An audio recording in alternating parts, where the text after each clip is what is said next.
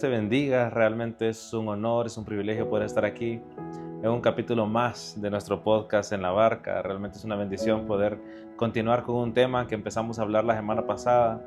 Y previo a esto quiero invitarte que en el lugar donde tú estás podamos hacer una oración. Te invito a poder cerrar tus ojos, poder abrir tu corazón y decir: Dios eterno, gracias porque tú has sido fiel. Temporada tras temporada tú has sido bueno, tú has estado con nosotros. Tú eres ese buen pastor que siempre nos guía a lugares de reposo, de alimento, de descanso. Y hoy te damos el espacio principal en este medio, Señor, para que seas tú hablando este tema y que pueda ser esa semilla buena cayendo en corazones, tierra fértil, para que pueda dar el fruto que te glorifica a ti. Amado Dios, toma el control, hazte perceptible a nuestro ser. Inunda nuestro corazón y haz tu voluntad en medio de nosotros, que seas tú hablando, Espíritu Santo, a través de este mensaje, y que sea tu voz resonando y retumbando en nuestro corazón y en nuestro espíritu. Te damos la bienvenida y te pedimos que te quedes con nosotros en el nombre de Jesús. Amén y amén. Y estamos continuando, amados hermanos, con el tema que iniciamos la semana pasada, en el capítulo pasado, acerca de levantando el tabernáculo caído. Y en esta ocasión con una segunda entrega, levantando el tabernáculo caído, parte 2.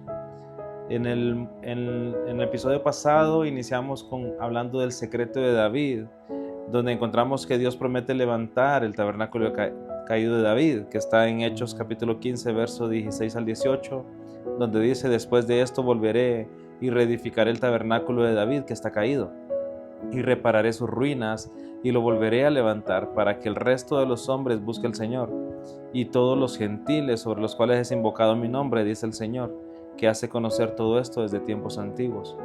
Y siendo de parte del Señor, siento un sentido de urgencia con este tema, de poder compartirlo, de poder recibirlo, de poder permitir que esta palabra nos transforme, que esta palabra sea esa semilla que pueda dar fruto en nuestro interior. Porque Dios promete levantar el tabernáculo caído de David en la iglesia de los últimos tiempos. ¿Y por qué Dios hace eso?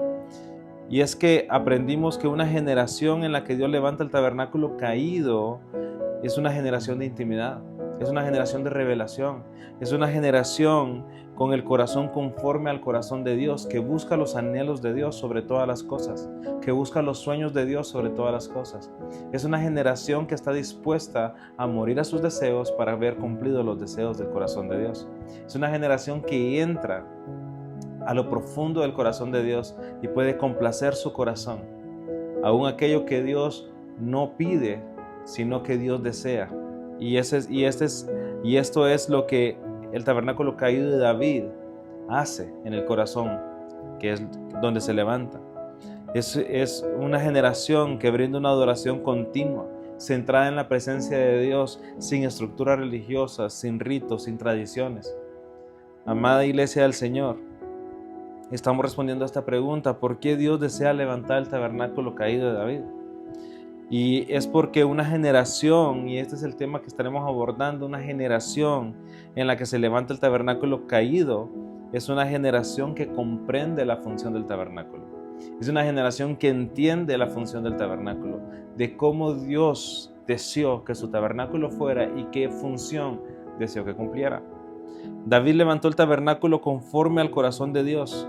Tiempo después, Salomón construyó un templo a Dios, y este templo tenía exactamente la misma estructura que el tabernáculo de Moisés. El templo de Salomón tenía su atrio exterior, tenía su lugar santo y tenía su lugar santísimo. Aquí pasa del modelo de los tabernáculos al modelo del templo, y volvemos al diseño que Dios le da a Moisés con el tabernáculo de Moisés, en donde el arca de la presencia se vuelve a poner detrás de un velo, se vuelve a poner en un lugar que no es accesible para todos. El arca del pacto se vuelve a poner en un lugar donde se limita el acceso a la presencia de Dios, y se deja de realizar la adoración alrededor de la presencia y se vuelve a realizar la adoración a través de sacrificios. Se vuelve a realizar la adoración a través de entrega, y Dios mismo fue quien le dio los planos del templo a David. Nota bien esto, que los planos del templo no le fueron entregados a Salomón, le fueron entregados a David. El mismo David, que había levantado un tabernáculo diferente al tabernáculo de Moisés. En este momento Dios le da los planos al rey David acerca del templo, y el templo vuelve a la misma estructura del tabernáculo de Moisés, y quien lo recibe fue David, el que había levantado un tabernáculo diferente. Así que la estructura del templo era algo que Dios había vuelto a pedir, como lo hizo con el tabernáculo de Moisés. ¿Por qué Dios pide volver al diseño de Moisés? ¿Por qué Dios pide volver al diseño primero que él pidió, si realmente el tabernáculo de David le había agradado tanto? Esa es la pregunta principal. Y es que en este momento que Dios pide que se levante el templo con la estructura anterior, es porque Dios aún estaba obrando bajo el antiguo pacto. En el templo, el tiempo de la gracia plena y el acceso libre aún no había llegado. Ese tiempo iba a llegar con Jesús. El tabernáculo de Moisés y luego el templo reflejaban la necesidad de un sacrificio por el pecado y de una mediación sacerdotal y de la santidad del pueblo. Estas estructuras eran eso, necesitaban sacrificio. ¿Por qué? Porque el sacrificio perfecto no había sido entregado. Entonces, ¿por qué Dios vuelve a pedir de que se restaure el diseño anterior, a pesar de cómo había agradado su corazón el diseño que David había levantado al tabernáculo? Y es porque simple y sencillamente Dios es juez justo.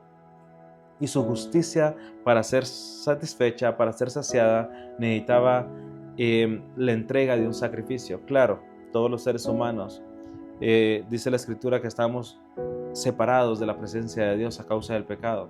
Por lo tanto, la presencia de Dios, al ser santa, no podía permitir que la adoración que fluía alrededor de ella fuera una adoración a través de corazones corrompidos y de corazones con iniquidad. Por lo tanto, Dios pide que se vuelva al primer diseño porque necesitaba ser saciada la justicia a través de los sacrificios. No porque Dios le gustara más ese modelo, sino porque era en la época y el momento en el que estaba la historia de la humanidad y la historia de la iglesia y la historia de lo que Dios quiere hacer con sus hijos. El templo era parte del diseño profético. Todo el tabernáculo de Moisés y el templo apuntaba a Cristo: el altar, el candelabro, el velo, el arca. El templo profetizaba a Jesús como el cumplimiento de un sistema sacerdotal. Por lo tanto, Dios necesitaba hacer una transición a través de Cristo del antiguo pacto al nuevo pacto. Una transición del primer modelo al segundo modelo. Cuando Cristo viene y Cristo muere, dice que el velo del templo se rasgó. Es este momento donde Dios anhela el tabernáculo que David había levantado, pero su justicia no había sido satisfecha. Por lo tanto, aunque lo anhela, no es el momento de tenerlo. Por eso Dios pide que se vuelva al primer diseño, al diseño del tabernáculo de Moisés. Y a través de esto, Dios ya tiene previsto su plan a través de Cristo. Por lo tanto, Cristo era aquel que iba a mediar la transición entre los pactos. La transición entre el antiguo pacto al nuevo pacto. La transición entre el sistema de sacrificios al sistema de la gracia a través de Cristo. Entonces era a través de esta transición que Dios iba a transicionar del modelo del tabernáculo y de Moisés y del templo al modelo del tabernáculo caído de David. Es ahí donde Dios promete levantar el tabernáculo caído. Cuando la justicia haya sido satisfecha por un sacrificio perfecto, por un cordero perfecto que era Cristo, entonces era el momento donde ya la adoración a través de la presencia iba a poder fluir. ¿Por qué? Porque ya la adoración no iba a fluir de corazones impuros y corrompidos, sino que la adoración iba a poder fluir a través de corazones que habían sido justificados y santificados por la sangre del Cordero. Por lo tanto, cuando tú te acercas a adorar a Dios alrededor de su presencia, no se trata de cómo ha sido corrompido tu corazón, o lo que tú creas o lo que tú sientas de que no te sientes digno de poder adorarlo, sino que ha habido una sangre que fue derramada hace más de 2000 años, que te justificó y te santificó, por lo tanto te permite entrar a adorar. Y ese momento y esa adoración alrededor de la presencia es la que te va a seguir purificando y te va a seguir santificando. Amada iglesia del Señor, puedes ver esto: el plan de Cristo era necesario para poder restaurar el tabernáculo caído de David, para poder dar a nuestro corazón la capacidad de acercarse a una presencia santa. Eso es lo que Dios estaba haciendo. A Dios le agradó totalmente el estilo de adoración de David a través del tabernáculo que se levantó. Pero la presencia de Dios seguía siendo sublime, seguía siendo santa. Por lo tanto, no se podía obviar la necesidad por el pecado. Porque Dios es justo. Dios desea una adoración sin límites como la del tabernáculo de David. Y lo deseaba, pero no podía su presencia santa recibir la adoración de corazones corrompidos. Por lo tanto, la justicia fue manifestada a través de Cristo. Fuimos justificados y la justicia fue saciada. Así que ¿no te parece asombroso esto? Aunque David sabía cuál era el deseo de Dios, este no se podía cumplir sin santidad, la cual era imposible que el hombre lograra por sí mismo. Así que decidió él justificarnos y santificarnos por medio de Cristo, transicionar de pacto para que el tabernáculo caído de David fuera levantado. En aquel momento Dios no podía volver al modelo de David, porque las personas o el ser humano sin el sacrificio de Cristo no podría alcanzar la santidad. Amado hermano que escuchas, tú no puedes alcanzar la santidad si no es a través de Cristo. Tú no puedes alcanzar la santidad si no es a través de la purificación en su presencia continuamente, del lavamiento en su presencia continuamente. Por lo tanto, para poder ahora entrar a adorar, tú no tienes que limpiarte a ti mismo primero, sino que es ahí mismo en la adoración donde el Espíritu Santo empieza a limpiarte, empieza a purificarte. Tú no tienes por qué sentirte y creer lo que el enemigo te dice, sentirte indigno, sentirte culpable de entrar a adorar, porque es ahí en tu adoración que vas a ser limpio. Es ahí en tu adoración que vas a ser purificado aún más, porque tienes ese libre acceso, porque tu corazón ya fue justo. Tu corazón ya fue santificado por medio de la sangre de Cristo. Esto es lo que Dios hizo.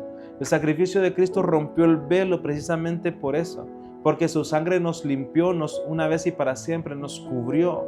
Y ahora cuando entramos a su presencia, entramos como aquellos que han sido lavados por la sangre del Cordero. Seguimos siendo imperfectos, sí, pero fuimos lavados. Seguimos cometiendo errores, sí, pero fuimos lavados. Y ese lavamiento principal es el que nos permite ahora entrar a la presencia sin ritos, sin religión, sin estructuras religiosas y poder adorar a Dios como Él desea ser adorado. En Mateo capítulo 26, verso 27 al 28 dice: y tomó en sus manos una copa de vino y dio gracias a Dios por ella. Y se las dio a ellos y dijo: cada uno de ustedes beba de la copa, porque esto es mi sangre, la cual confirma el pacto entre Dios y su pueblo.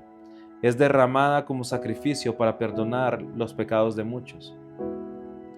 Aún antes de que esto ocurriera, Dios ya le había dicho a los hombres cuál era la función del tabernáculo.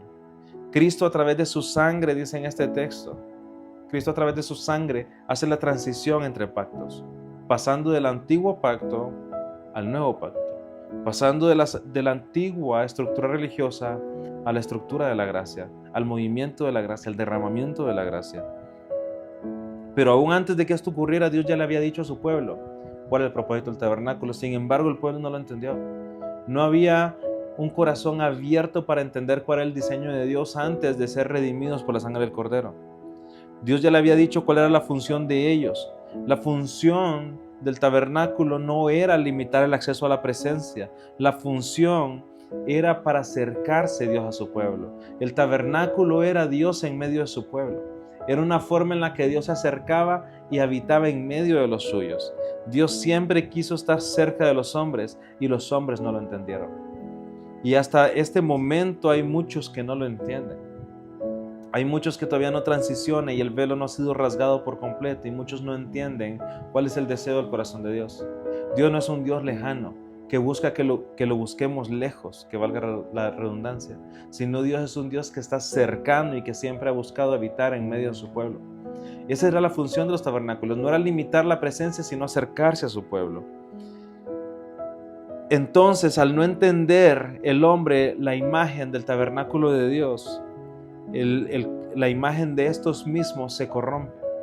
La imagen de estos mismos deja de ser de Dios entre los hombres y comienza a ser una estructura religiosa y con tradiciones que no contienen un impacto transformador. Cuando Cristo viene a realizar la transición entre los pactos, se encuentra con este panorama. Cuando Cristo viene a realizar como hombre esta transición entre pactos, Él puede ver en ese momento con sus propios ojos cómo el panorama de la sociedad en ese momento, cómo su pueblo se había corrompido, cómo la visión se había corrompida, cómo no se había visto lo que Él deseaba hacer porque la gente no lo había entendido. Cristo mismo está viendo esto, viendo una generación que no comprende la función del tabernáculo. En Juan capítulo 2, verso 13 al 17 dice: se acercaba la fecha de celebración de Pascua judía. Así que Jesús fue a Jerusalén. Vio que en la zona del templo habían comerciantes que vendían ganado, ovejas y palomas para los sacrificios. Vio a otros que estaban en sus mesas cambiando dinero extranjero. Jesús hizo un látigo con unas cuerdas y expulsó a todos del templo. Echó las ovejas y el ganado, arrojó por el suelo las monedas de los cambistas y les volteó las mesas. Luego se dirigió a los que vendían palomas y les dijo: saquen todas estas cosas de aquí, dejen de convertir la casa de mi Padre en un mercado. Entonces sus discípulos recordaron la profecía de las Escrituras que dice: el celo por la casa de Dios me consumirá. Y este es el segundo tema. Este es el segundo tema del levantando el tabernáculo caído. El segundo tema es: el celo por su casa me consume. Amada iglesia, en este momento Jesús ve el panorama de una generación que no comprende la función del templo. Por lo tanto, su espíritu se enciende en celo por cuidar el templo, lo que Dios deseaba. Ese momento el templo representaba el acercamiento de Dios a los hombres. Sin embargo, los hombres usaron eso para poder hacer negocio.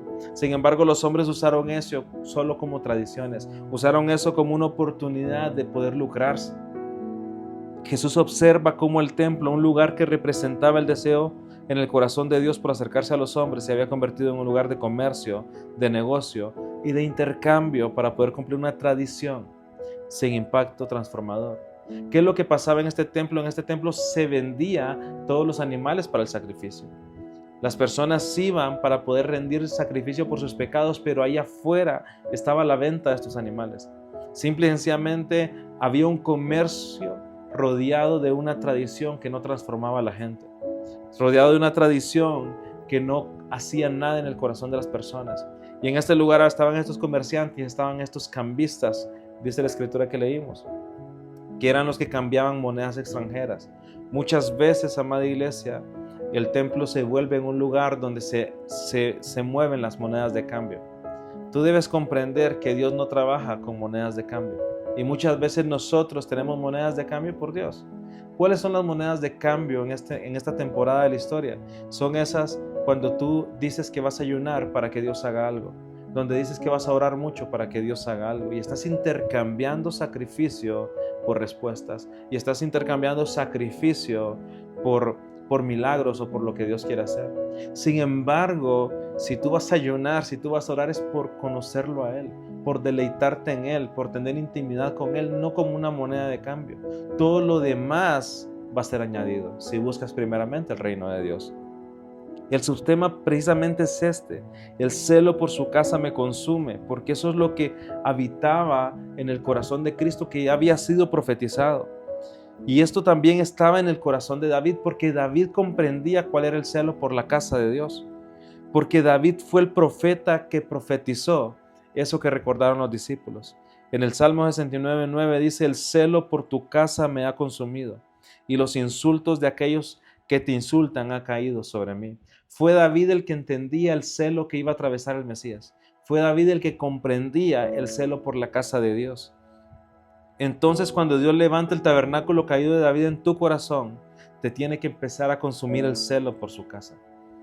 Te es revelada la función del tabernáculo y del templo, y esa función es la que Cristo le dice a todos los negociantes, que está narrado en Mateo capítulo 21, verso 13 al 14, que dice: les dijo, las escrituras declaran, mi templo será llamada casa de oración, pero ustedes lo han convertido en cueva de ladrones. Los ciegos y los cojos se acercaron al templo y Él los sanó. Puedes ver esto, es un panorama totalmente interesante, porque Cristo echa fuera a los comerciantes, Cristo echa fuera a los cambistas, Cristo echa fuera a todos aquellos que no habían entendido la función del templo. Y después de echarlos fuera, Él les dice: porque ustedes no no entendieron que mi casa es casa de oración, pero ustedes lo han hecho cueva de ladrones. Pero inmediatamente después en esta conversación dice que los ciegos y los cojos se acercan para ser sanos y Jesús los sana. Por lo tanto, amada iglesia, debemos comprender que la función del tabernáculo, que la función del templo es un lugar que es casa de oración, que es un lugar que es casa de restauración, que es un lugar que es casa de sanidad. Porque Cristo sanó inmediatamente en el contexto de lo que Él estaba explicando para que era el templo. ¿Sanó a quiénes? A los ciegos y a los cojos. La casa del Señor, el templo del Señor, el tabernáculo del Señor debe ser casa de oración, donde todo aquel que entre cojo tiene que salir caminando, donde todo aquel que entre ciego tiene que salir viendo. Puedes ver la función de lo que Cristo estaba expresando. El propósito del tabernáculo es ser casa de oración donde ocurran sanidades, donde los que lleguen abran sus ojos y puedan caminar correctamente. Cuando Dios levanta el tabernáculo caído de David en tu corazón, el celo por su casa te debe consumir. El celo por su casa debe arder dentro de ti. Su casa no puede seguir siendo más una cueva de ladrones. La casa del Señor no puede seguir siendo más un lugar de comercio. Y esto los judíos ya lo sabían, porque Dios ya lo había dado a conocer a los judíos. En Isaías capítulo 56, verso 7 dice: los llevaré a mi monte santo de Jerusalén y los llenaré de alegría en mi casa de oración. Aceptaré sus ofrendas quemadas y sus sacrificios, porque mi templo será llamado casa de oración para todas las naciones. El Señor ya había profetizado a través del profeta Isaías que en Jerusalén iba a levantar un lugar que era casa de oración. Era un lugar donde con alegría se iban a ofrecer sacrificios y los sacrificios iban a ser aceptados. Y este iba a ser un lugar de esperanza para todas las naciones, un lugar de oración con alegría, donde sacrificios redimían, donde la gente era transformada. Y eso latía en el corazón de Dios y se lo había dado a conocer al pueblo y el pueblo no lo entendió. Se lo había dicho a los suyos y los suyos no lo entendieron. Y al no entenderlo, ellos comenzaron a realizar solamente ritos. Ellos empezaron a realizar solamente tradiciones y religión sin un poder transformador. Y eso es lo que Dios dijo también a través, y lo había advertido a través del profeta Jeremías, en Jeremías 7, 9 al 11, que nos expresa: ¿de verdad piensan que pueden robar, matar, cometer adulterio, mentir y quemar incienso a Baal y a otros nuevos dioses que tienen, y luego venir y presentarse delante de mí en el templo a repetir estamos a salvo, solo para irse a cometer nuevamente todas las mismas maldades? ¿No reconocen ustedes mismos que este templo que lleva mi nombre se ha convertido en una cueva de ladrones? Les aseguro que veo todo el mal que ocurre ahí. Yo, el Señor, he hablado. A través del profeta Isaías, Dios había dicho lo que deseaba con su templo. Y a través del profeta Jeremías estaba advirtiendo lo que no deseaba, sin embargo estaba profetizando lo que iba a pasar. Un lugar donde las personas iban a llegar en una vida de pecado, en una vida sin justicia, en una vida que no buscara lo de Dios. Compraba a los comerciantes el sacrificio, lo sacrificaba y se iba diciendo que estaba salvo. Eso no era el propósito del templo. El propósito del templo era transformar el corazón del hombre. Sin embargo, no tenía un poder transformador todas estas tradiciones. La salvación no es del que cumple una tradición sin sentido. La salvación es de aquel que comprende que Dios tiene poder para transformar, que Dios tiene ojos y aún ve, que Dios tiene manos y toca, que Dios tiene boca y habla. Amada iglesia del Señor, no estamos adorando a un ídolo que no se puede mover. No estamos adorando a un ídolo que no puede ver, que no puede tocar. Estamos adorando a un Dios vivo que tiene el poder de transformar, que tiene el poder para poder de verte, de tocarte, de hablarte, de estar contigo. Y este es el poder, porque Dios quiere enderezar tus pasos, abrir tus ojos y que este sea un lugar en el cual te acerques a Él y no a una religión. Es un momento de acercarnos a Dios y alejarnos de estructuras religiosas que no transforman el corazón. Amada iglesia, el tabernáculo de David debe levantarse en tu vida para que el celo por la casa de Dios te consuma en tu interior. Y te prometo que no volverás a estar en cuevas de ladrones sin que tu espíritu arda, sin que en tu espíritu desee tirar la mesa de los comerciantes. No habrá lugar al que vayas y que no desees hablar la verdad cuando veas que se ha vuelto en una cueva de ladrones. El celo por su casa, el celo por el lugar que contiene la presencia de Dios te tiene que consumir. ¿Hasta dónde llevó este celo a Cristo? Lo llevó a morir. Juan capítulo 2, verso 18 al 22 dice: pero los líderes judíos exigieron: ¿qué estás haciendo? Si Dios te dio autoridad para hacer esto, muéstranos una señal milagrosa que lo compruebe. ¿De acuerdo?, contestó Jesús. Destruyan este templo y en 3 días lo levantaré. ¿Qué dices?, exclamaron. Tardaron 46 años en construir este templo, ¿y tú puedes reconstruirlo en 3 días? Pero cuando Jesús dijo este templo, se refería a su propio cuerpo. Después que resucitó de los muertos, los discípulos recordaron que había dicho esto y creyeron en las Escrituras y también en lo que Jesús había dicho. A Jesús, después de echar esos comerciantes del templo, le preguntaron que con qué autoridad lo hacía y que mostrara que él tenía la autoridad de Dios y que hiciera un milagro. Él ya había estado operando en milagros, él ya había estado operando en el poder de Dios. Y Jesús en este momento les dice: si quieren una señal más, destruyan este templo. Si quieren una señal más, destruyan mi vida y lo volveré a levantar. Destruyan este cuerpo y lo volveré a levantar. Esta era la señal. El celo por la casa de Dios representaba en Cristo una entrega de su vida. A Cristo le pidieron esta señal y Cristo les dijo que la señal que ellos iban a ver es cómo Él se levantaba de los muertos. Porque, amada iglesia, tenemos un Dios vivo, Dios no está muerto. Y nuestra vida no debe ser una vida que se rige por una religión muerta, sino que se rige por una espiritualidad viva, dinámica, transformadora, sanadora, restauradora de comunión y de intimidad con Dios.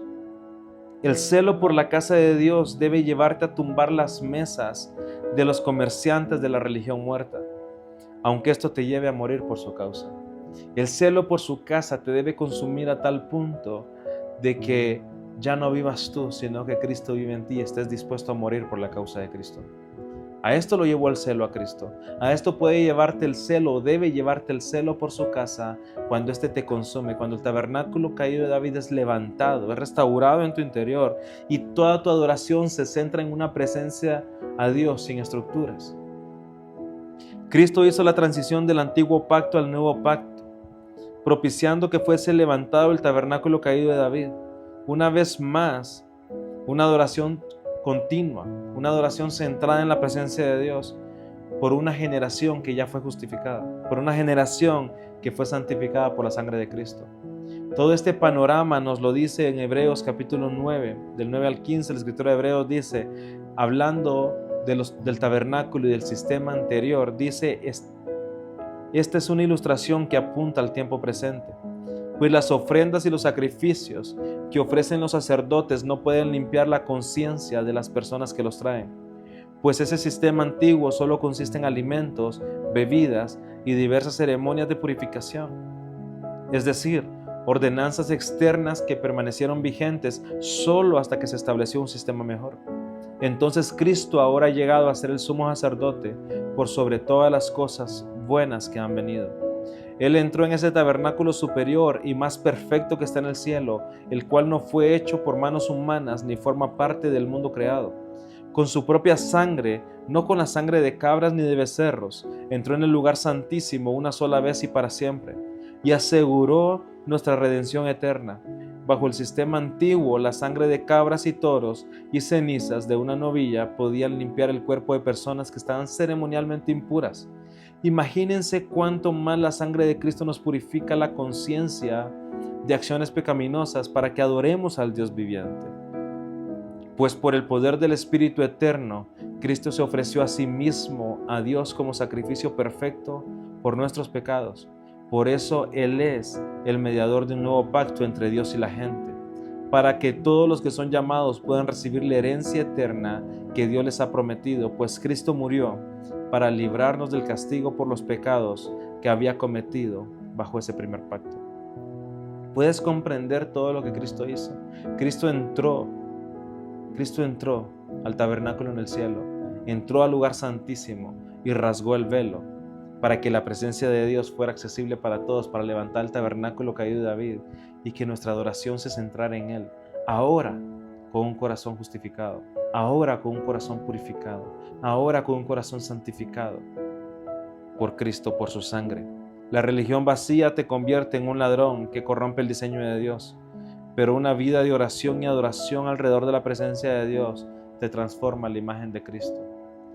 Tú que me estás escuchando a través de este medio, la adoración alrededor de la presencia de Dios te transforma a la imagen de Jesús. Y eso es lo que glorifica al Padre. Necesitamos nosotros ser capaces de que sea levantado por Dios en nuestro interior el tabernáculo caído de David. Un tabernáculo que nos introduce a la intimidad, que nos introduce a revelación más profunda, que nos introduce a conocer y hacer el deseo de Dios. Pero también un tabernáculo que nos introduce a que nuestro espíritu sea ferviente en un celo por cuidar la presencia de Dios, en un celo por cuidar el lugar donde Dios es adorado. Y quiero dejar esto en tu corazón, este segundo tema. Estaremos hablando en una tercera parte la próxima semana, pero te quiero dar un adelanto de la próxima semana, y es que el templo de Dios somos nosotros. El celo por la casa de Dios empieza tumbando los ladrones en tu interior, tumbando los comerciantes en tu interior, y luego sale para poder cambiar atmósferas donde tú ves que la presencia de Dios no está adorada correctamente. Que el celo por la casa de Dios te consuma, y este es el deseo del corazón de Dios, que hay un celo en tu interior por cuidar su casa, por cuidar su templo, por cuidar su morada.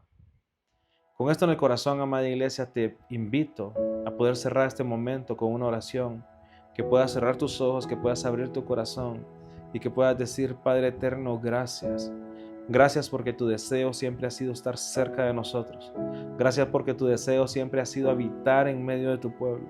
Gracias porque tu deseo siempre ha sido ser accesible. Y sabemos que hasta ciertos momentos era imposible para nosotros, pero ahora a través de la sangre de tu Hijo podemos acceder confiadamente al trono de gracia y recibir misericordia. A través de la sangre de tu Hijo podemos entrar en tu presencia y adorarte y seguir siendo purificados y santificados por ella. Amado Padre, venimos hoy delante de ti, reconociendo que necesitamos ese celo, que en nosotros arda un celo por tu casa, un celo por tu morada, un celo por tu presencia, Señor.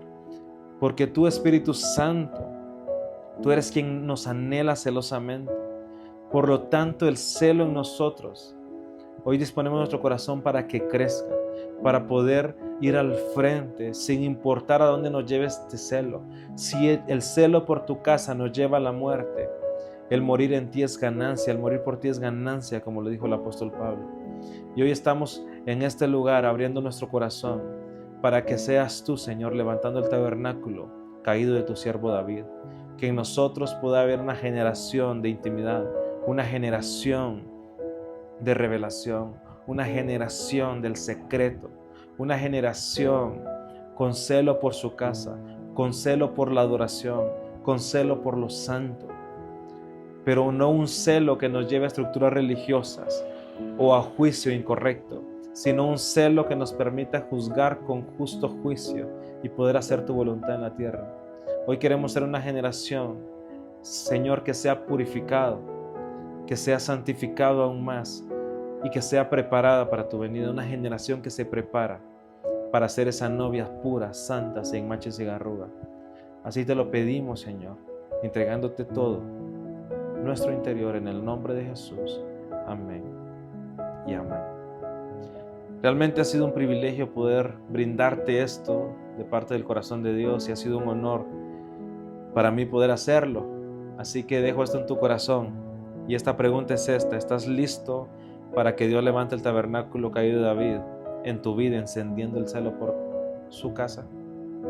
Con esta pregunta en tu interior, le pido a Dios que te lleve a mayor profundidad, y te pido a ti que te dejes seducir por sus cuerdas de amor para ir a intimidad, y que esto pueda crecer en tu interior.